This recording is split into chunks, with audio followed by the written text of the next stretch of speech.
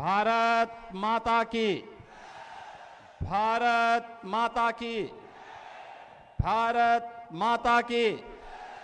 वंदे वंदे वंदे। सियावर रामचंद्र भगवान की, सियावर रामचंद्र भगवान की। जगत जननी मां भगवती जानकी की, जगत जननी मां भगवती जानकी की। जयकारा वीर बजरंगी, जयकारा वीर बजरंगी।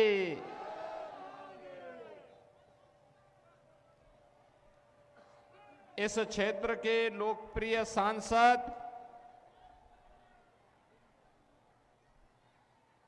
और वरिष्ठ भाजपा के नेता, पूर्व केंद्रीय मंत्री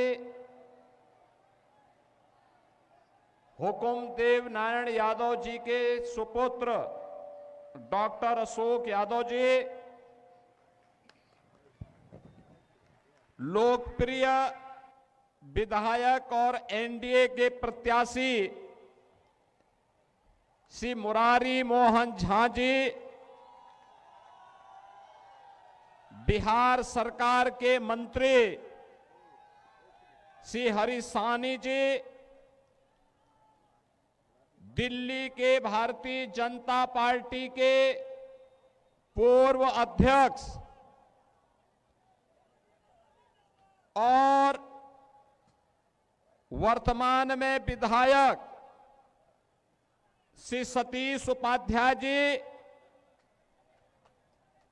भारतीय जनता पार्टी के जिलाध्यक्ष श्री आदित्य चौधरी जी, संयोजक श्री राजेंद्र चौपाल जी,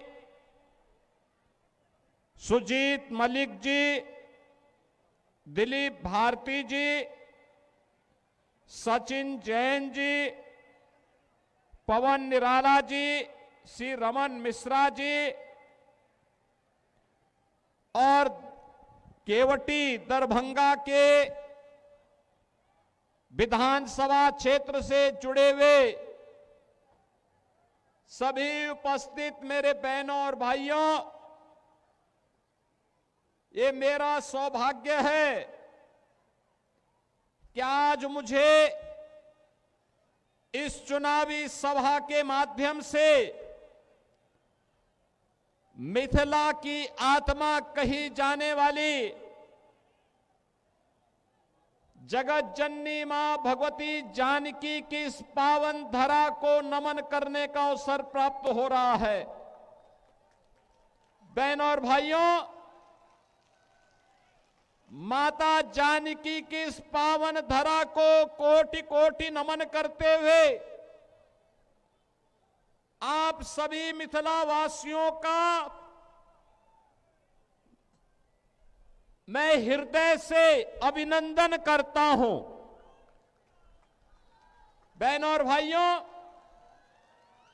याद करिए 5 वर्ष पहले जब मैं यहां पर श्री मुरारी मोहन झा के प्रचार के लिए आया था, तब मैंने कहा था कि अयोध्या में भगवान राम का भव्य मंदिर बन रहा है। और बहनों और भाइयों, आज अयोध्या में राम मंदिर बन करके खड़ा हो गया है। रामलला विराजमान हो गए हैं और रामलला अगर अयोध्या में विराजमान होंगे तो मिथिला की धरती में मां जानकी भी विराजमान होंगी और मां जानकी का भी भव्य मंदिर का निर्माण अब सीतामढ़ी में डबल इंजन की सरकार कर रही है। बहनों और भाइयों, यही होता है अच्छी सरकार चुनने का फायदा। अच्छी सरकार चुनते हैं, अच्छे परिणाम आते हैं, अच्छा ही होता है। आप देखो ना कि आपकी आस्था का भी सम्मान किया, मां जानकी का मंदिर यहां बन रहा है और उत्तर प्रदेश में भगवान रामलला का भव्य मंदिर का निर्माण हो गया है और अब दोनों को जोड़ने के लिए राम जानकी मार्ग का निर्माण का कार्य भी युद्ध स्तर पर आगे बढ़ चुका है। बहनों और भाइयों, 2005 के पहले जब हम लोग आते थे, अयोध्या से दरभंगा आने में हमें 16 घंटे लगते थे, 16 घंटे। और आज मुझे लखनऊ से दरभंगा आने में मात्र 45 मिनट लगे हैं, 45 मिनट। यह है डबल इंजन सरकार की डबल स्पीड। बहनों और भाइयों, मैं जब मंच पे था, यहां का सम्मान और यहां की पहचान मोदी जी ने मखाना बोर्ड बना करके मिथिला की धरा को, दरभंगा की धरा को एक बार फिर से सम्मानित करने का काम किया है। बहनों और भाइयों, यहां के लाख की चूड़ियों को एक नई पहचान दिलाने के लिए भी ये डबल इंजन की एनडीए की सरकार पूरी प्रतिबद्धता के साथ कार्य कर रही है। आज बिहार में क्या नहीं है? सड़क की बेहतर कनेक्टिविटी, रेल की कनेक्टिविटी, एयर कनेक्टिविटी। दरभंगा का एयरपोर्ट चालू हो चुका है। कितना अच्छा एयरपोर्ट बनकर तैयार हो गया है। और यही नहीं, अब तो बिहार में इनलैंड वाटरवे यानी जल मार्ग हल्दिया से पटना होते हुए और वह सीधे अयोध्या को जोड़ रहा है, अयोध्या से प्रयागराज को जोड़ रहा है। यानी बिहार को भी, बंगाल को भी और उत्तर प्रदेश को भी एक साथ मोदी जी ने जल मार्ग के माध्यम से भी जोड़ दिया है। बहनों और भाइयों, डबल इंजन की सरकार होती है, ऐसे ही परिणाम सामने आते हैं। विकास, ऐसे ही विकास की बहार बहती है। और आज यही कहने के लिए मैं आपके पास आया हूं, विशेष रूप से अयोध्या का संदेश लेकर के आया हूं। मां जानकी के आशीर्वाद का संदेश। आपसे मेरा आग्रह होगा, ये जो आपके हाथ में तख्ती है और जो ये आपके पास कटआउट है, इसको फेंके मत, किसी पे चोट लग जाएगी, क्या फायदा है? अरे ये तो मां जानकी का संदेश वाली धरा है। मां जानकी का आशीर्वाद सबको बराबर प्राप्त होता है। और अब तो गौरवशाली क्षण है हमारे लिए। ये डबल इंजन की सरकार बिना भेदभाव के शासन की योजना का लाभ सभी तबके को दे रही है। क्या गांव, क्या गरीब, क्या किसान, क्या नौजवान, क्या महिलाएं, क्या श्रमिक, क्या व्यापारी, हर एक तबका उन योजनाओं का लाभ ले रहा है। विकास भी है, विरासत भी है और गरीब कल्याण भी। आप याद करिए ना, आरजेडी की सरकार थी इस बिहार में, कांग्रेस समर्थन कर रही थी, गरीब का राशन हड़प लिया जाता था, गरीब को किसी योजना का लाभ नहीं मिलता था, विकास की योजनाओं से गरीब को वंचित कर दिया जाता था। आज देश के अंदर मोदी जी के नेतृत्व में 80 करोड़ लोगों को फ्री में राशन की सुविधा का लाभ प्राप्त हो रहा है। बहनों और भाइयों, 2005 के पहले कांग्रेस की सरकार रही हो या आरजेडी की सरकार, गरीब अगर बीमार हो जाता था तो तड़प तड़प करके मरने के लिए मजबूर होता था। उपचार की सुविधा नहीं थी और अगर कोई बाहर चला भी गया तो उसके बाद पैसा नहीं होता था। आज तो प्रधानमंत्री मोदी जी ने भारत के 50 करोड़ लोगों को आयुष्मान भारत के अंदर प्रतिवर्ष 5 लाख रुपए की स्वास्थ्य बीमा प्रदान करती है। आप कहीं भी जाइए, उपचार कराइए। 70 वर्ष से ऊपर का कोई भी व्यक्ति अपना उपचार करा सकता है। बहनों और भाइयों, नारी गरिमा के प्रतीक हर घर में शौचालय स्वच्छता का भी मानक बना है, बहन बेटियों के सम्मान का प्रतीक भी बना है। और यही नहीं, हर गरीब के सिर को ढकने के लिए छत मिलेगी। यह अभी मोदी जी ने डबल इंजन की सरकार ने करके दिखा दिया है। गरीब के घर में रसोई जले और धुएं से मुक्ति मिले, ऐसे 10 करोड़ से अधिक परिवारों को उज्ज्वला योजना का फ्री में कनेक्शन देने का काम भी डबल इंजन की सरकार ने मोदी जी के नेतृत्व में कर दिया है। आज बिहार का नौजवान रोजगार प्राप्त कर रहा है। बहनों और भाइयों, अन्नदाता किसान को प्रधानमंत्री किसान सम्मान निधि का लाभ प्राप्त हो रहा है। समाज के हर तबके को बिना भेदभाव के शासन की योजना के साथ जोड़ा जा रहा है। मैं तो आज आपसे कहने के लिए आया हूं, बहनों और भाइयों, भारतीय जनता पार्टी के हमारे कार्यकर्ता नारा लगाया करते थे। श्री हुकुम देव नारायण यादव जी जब मंत्री थे तब नारा लगता था, जहां हुए शहीद मुखर्जी वह कश्मीर हमारा है। ये कश्मीर को विवादित किसने किया? ये कांग्रेस ने किया। ये कांग्रेस ने किया है। और आज कश्मीर को आतंकवाद और उग्रवाद के दंश से मुक्त कराने का काम किया है मोदी जी ने और गृह मंत्री अमित शाह जी ने। आज मैं प्रातःकाल एक अखबार पढ़ रहा था और अखबार पढ़ते पढ़ते मेरी नजर एक समाचार पे पड़ी।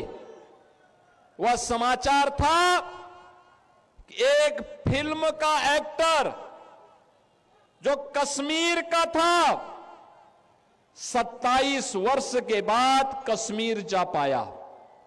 कौन वे लोग थे जो कश्मीरी हिंदुओं को विस्थापित कर दिए थे?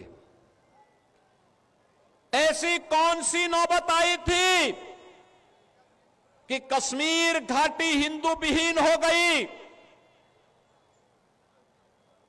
ये कांग्रेस का पाप था। धारा 370 जो कश्मीर में लागू कर दिया गया था कि कश्मीर में बिहार का व्यक्ति नहीं जाके बस सकता, मिथिला का व्यक्ति नहीं बस सकता। ये कांग्रेस ने पाप किया था। परिणाम क्या था? पाकिस्तानी वहां बस रहे थे और शेष हिंदुस्तानियों को कश्मीर खाली करने के लिए कहा जा रहा था। मोदी जी आए, धारा 370 समाप्त हुई। आज कश्मीर में मिथिला का व्यक्ति भी और बिहार का व्यक्ति भी समान रूप से जाकर के बस सकता है। यह अधिकार मोदी जी ने दिया है। बहनों और भाइयों, मैं तो आपसे कहने के लिए आया हूं, ये जो आरजेडी है, ये जो कांग्रेस है और इनका एक पार्टनर उत्तर प्रदेश में है समाजवादी पार्टी के रूप में, ये घोर हिंदू द्रोही है, रामद्रोही है, मां जानकी के विरोधी हैं। जो राम का विरोधी होगा, मां जानकी का विरोधी होगा, हमारा भी विरोधी होगा। आप याद करिए, ये कांग्रेस है जिसने कहा था राम हुए ही नहीं। भगवान राम और मां जानकी के अस्तित्व पर इन्होंने प्रश्न खड़ा किया था। ये परम पिता परमेश्वर की साक्षात प्रतिमूर्ति है राम और जानकी। उनके अस्तित्व पर प्रश्न खड़ा करके हमारी आस्था के साथ कांग्रेस ने खिलवाड़ किया था। सुप्रीम कोर्ट में इन्होंने एफिडेविट दिया। बहनों और भाइयों, एक और इनके द्वारा सुप्रीम कोर्ट में दिया गया एफिडेविट और दूसरी तरफ अयोध्या में राम मंदिर के रथ को रोकने का काम किया, करने का पाप किया था आरजेडी ने। इसी बिहार की धरती पर दंगों की आग में झोंकने का काम किया था और समाजवादी पार्टी ने अयोध्या में राम भक्तों पर गोलियां चला करके पूरी अयोध्या को लहूलुहान करने का पाप किया था। बहनों और भाइयों, आपने गांधी जी के 3 बंदरों के बारे में सुना होगा। गांधी जी के 3 बंदर थे। गांधी जी ने तो उनको उपदेश दिया था, बुरा मत देखो, बुरा मत सुनो और बुरा मत बोलो। लेकिन आज इंडी गठबंधन के 3 और बंदर आ गए। ये 3 बंदर पप्पू, टप्पू और अप्पू के नाम पर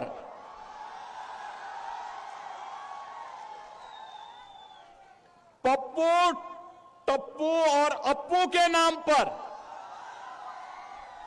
पप्पू सच बोल नहीं सकता, अच्छा बोल नहीं सकता, टप्पू अच्छा देख नहीं सकता और अप्पू सच सुन नहीं सकता। इन लोगों को एनडीए सरकार के द्वारा किए गए विकास दिखाई नहीं दे रहे, उसकी खुशबू इनको सुनाई नहीं दे रहा है, दिखाई नहीं दे रहा है। ये उसके बारे में बोल नहीं सकते, सुन नहीं सकते, देख नहीं सकते और इसीलिए तो दुष्प्रचार कर रहे हैं। आपने देखा होगा कांग्रेस के नेता राहुल जी जब भी कहीं जाते हैं भारत के खिलाफ बोलते हैं, भारत के खिलाफ बोलते हैं, भारत को अपमानित करते हैं, विदेशी आक्रांताओं को महिमा मंडित करते हैं।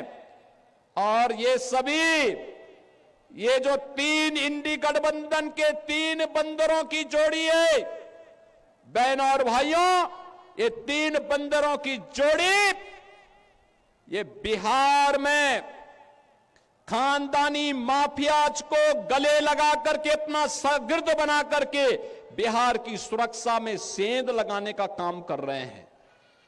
बिहार की सुरक्षा, घुसपैठियों को बिहार की धरती में घुसा करके बिहार की सुरक्षा में सेंध लगाना। क्या हुआ था आरजेडी की सरकार के समय? क्या हुआ था आरजेडी की सरकार के समय? बहनों और भाइयों, आरजेडी की सरकार के समय में यहां पर बिहार के अंदर 70 से अधिक नरसंहार की घटनाएं हुई थी। 70 से अधिक नरसंहार की घटनाएं। इन्होंने जातीय संगठन खड़े किए थे, बिहार में जाति को जाति से लड़ाते थे, पर्व और त्योहार नहीं होने देते थे, बेटी असुरक्षित, व्यापारी असुरक्षित, नौजवान के जीवन के साथ खिलवाड़, कट्टा बंदूक लेकर के बिहार की पूरी व्यवस्था को इन्होंने धूमिल करने का काम किया था। बहनों और भाइयों, ये वही लोग हैं जो आपको तो जाति के नाम पर बांटते हैं, घुसपैठियों को आमंत्रित करते हैं, आपकी आस्था के साथ खिलवाड़ करते हैं और फिर राष्ट्रीय सुरक्षा पर सेंध लगवाने का काम करते हैं।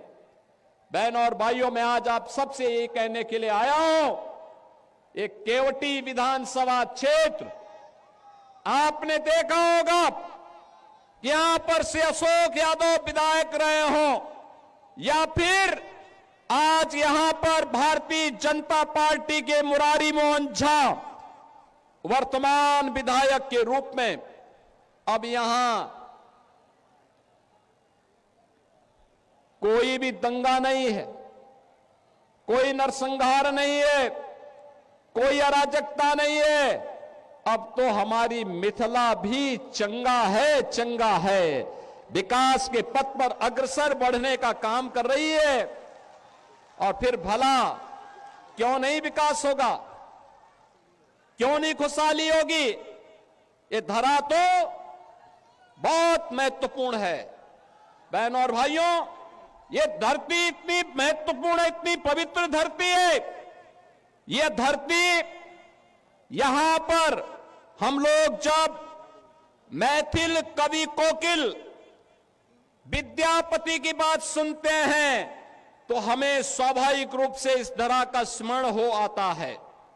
बहनों और भाइयों, महाराज कामेश्वर सिंह, जिनके शासन में संगीत, शिक्षा, कला और संस्कृत विद्या के प्रचार प्रसार के लिए कार्य हुआ, ये धरती उनकी पावन धरा है। हिंदुस्तानी शास्त्रीय संगीत की जो एक विशिष्ट विधा है, दरभंगा घराना, ध्रुपद शैली, इसका जन्म भी इसी दरभंगा में हुआ है। और यही नहीं, मैथिली भोजपुरी संस्कृति के छठ पर्व को पहचान दिलाने वाली, पद्म पुरस्कार से सम्मानित शारदा सिन्हा की ये धरती है। और यही नहीं बहनों और भाइयों, यहां की मैथिली भाषा अटल जी के समय में संविधान की 8वीं अनुसूची में शामिल हुई। मधुबनी पेंटिंग और मिथिला की पारंपरिक संस्कृति यह आज पूरे भारत को अपनी ओर आकर्षित करती है। यही नहीं, भारत के संविधान के सभा के अध्यक्ष, देश के पहले राष्ट्रपति डॉक्टर राजेंद्र प्रसाद जी इसी दरभंगा में उन्होंने अपनी पढ़ाई की थी। और ऐसी पावन धरा पर आज मुझे आने का अवसर प्राप्त हुआ है। बहनों और भाइयों, मैं आप सबका आह्वान करूंगा, याद करना, जब भी आरजेडी कांग्रेस का इंडी गठबंधन बिहार के अंदर आया है, बिहार में दंगों की आग फैली है, जातीय नरसंहार हुए हैं, लूटपाट की एक नई अपसंस्कृति ने जन्म लिया है। यहां पर अपहरण एक उद्योग बना है। लेकिन अब हम अपने बिहार में इस प्रकार की अराजकता को फिर कभी नहीं आने देंगे। और इसके लिए मैं मिथिला के वासियों का आह्वान करने के लिए आया हूं, अयोध्या का संदेशा लेकर के आया हूं। और संदेशा यही है कि एनडीए की सरकार फिर से बिहार के अंदर आनी चाहिए। नीतीश जी के नेतृत्व में फिर से बिहार के अंदर एनडीए की सरकार बने। हमें घुसपैठ नहीं होने देनी है, घुसपैठियों को नहीं आने देना है। जैसे कश्मीर में धारा 370 को समाप्त करके कश्मीर में पाकिस्तानी तत्वों को मार मार करके, खदेड़ करके बाहर किया गया है, ऐसे ही हम अपने सीमावर्ती क्षेत्रों में घुसपैठियों को निकाल करके बाहर करके, और जो भी आपराधिक गतिविधियों में लिप्त होगा उसकी संपत्ति को जब्त करवा करके गरीबों में बंटवाने का काम भी करने का काम एनडीए की सरकार करेगी। बहनों और भाइयों, मैं तो आपसे ही कहने के लिए आया हूं, यही अंतर है आरजेडी और कांग्रेस में और एनडीए में। एनडीए सुशासन की बात करती है और करके दिखाती है, एनडीए विकास का कार्य करती है, एनडीए विरासत का सम्मान करती है, एनडीए बहन बेटियों की सुरक्षा, नौजवान के लिए रोजगार, किसान के लिए सम्मान निधि, श्रमिकों के सम्मान का कार्य और उनके स्किल डेवलपमेंट का कार्य करती है। तो आरजेडी और कांग्रेस के लोग अपहरण को उद्योग बनाते हैं, पेशेवर माफिया को अपना शागिर्द बनाते हैं। और इसीलिए तो इन पेशेवर माफियाओं को उपचार हम लोगों ने निकाला है उत्तर प्रदेश में, इनकी छाती में बुलडोजर चला करके। आज उत्तर प्रदेश माफिया विहीन हो चुका है। आज उत्तर प्रदेश अपराध से मुक्त हो चुका है। आज उत्तर प्रदेश में न दंगा है और नहीं कोई अपराध। यूपी में अब सब है चंगा, यूपी में कोई समस्या नहीं। पर्व और त्योहार के पहले कोई दंगा नहीं होता है, क्योंकि दंगाई को मालूम है दंगा करेगा तो जो उसने लूटा है वह तो जाएगा ही जाएगा। अगर खानदान ने कहीं से कुछ कमाया है वह भी सब जाएगा, और गरीबों के लिए फिर आवास बना करके सरकार उन गरीबों को देने का काम कर देगी। बहनों और भाइयों, यहां पर आप फिर से एनडीए के प्रत्याशी श्री मदन मुरारी झा को विजयी बनाइए। किसी भी ऐसे तत्व को मत घुसने दीजिए जो घुसपैठियों को प्रश्रय दे, अराजकता को जन्म दे, पर्व और त्योहारों में मिथिला की संस्कृति को अपमानित करने का काम करे, पर्व और त्योहारों के पहले दंगा कराने का काम करे। जो विकास में बैरियर है उसको पनपने नहीं देना है, और यही कहने के लिए आज मैं आपके पास आया हूं। हमें फिर से अयोध्या और मिथिला को जोड़ करके राम राज्य की अवधारणा को साकार करने की दिशा में आगे बढ़ना है। और राम राज्य की अवधारणा ये तभी आएगी जब बिहार में एनडीए की सरकार आएगी। ये राम राज्य बिहार के लिए, आत्मनिर्भर बिहार के लिए, समृद्ध बिहार के लिए, विकसित बिहार के लिए यह अत्यंत महत्वपूर्ण है। और यह केवल और केवल तभी होगा जब एनडीए विजयी होगा। एनडीए विजयी होगा, बिहार विजयी होगा। एनडीए की विजय बिहार की विजय के साथ जोड़ करके देखना होगा। और इसके लिए बहनों और भाइयों, बटेंगे नहीं, कटेंगे भी नहीं। याद करना, बंटे थे तो कटे थे, बटेंगे नहीं तो कटेंगे नहीं। एक रहेंगे तो सेफ भी रहेंगे, और एकजुट होकर के एनडीए के प्रत्याशी भारतीय जनता पार्टी के श्री मुरारी मोहन झा को भारी बहुमत से विजयी बना करके भेजना है। बना के भेजेंगे, विजयी बना के भेजेंगे। मुरारी मोहन झा विजयी बनकर के जाएंगे। अशोक जी आप भी आइए, है ना दोनों लोग। माला पहनाइए, पहनाई। हाँ हाँ पहनो। यहां के सांसद विजयी माला पहना रहे हैं आपकी तरफ से। सहमत है ना? सभी लोग सहमत हैं? तो फिर जहां तक मेरे आवाज जा रही है, दोनों हाथ ला करके आशीर्वाद दीजिए मुरारी मोहन झा को। जहां तक मेरी आवाज जा रही है, सड़क के उस पार भी इस पार भी, ये सड़क में भी जितने लोग खड़े हैं, आप लोगों से मेरा आग्रह होगा, दोनों हाथ ला करके भारतीय जनता पार्टी के प्रत्याशी को अपना आशीर्वाद दीजिए। इधर भी सारे लोग जितने भी हैं, सभी लोग, कि बटेंगे नहीं, कटेंगे भी नहीं। न बटेंगे और न कटेंगे।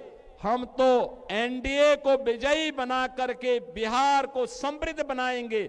मेरे साथ बोलेंगे, जय श्री राम, जय जय श्री राम, जय जय श्री राम।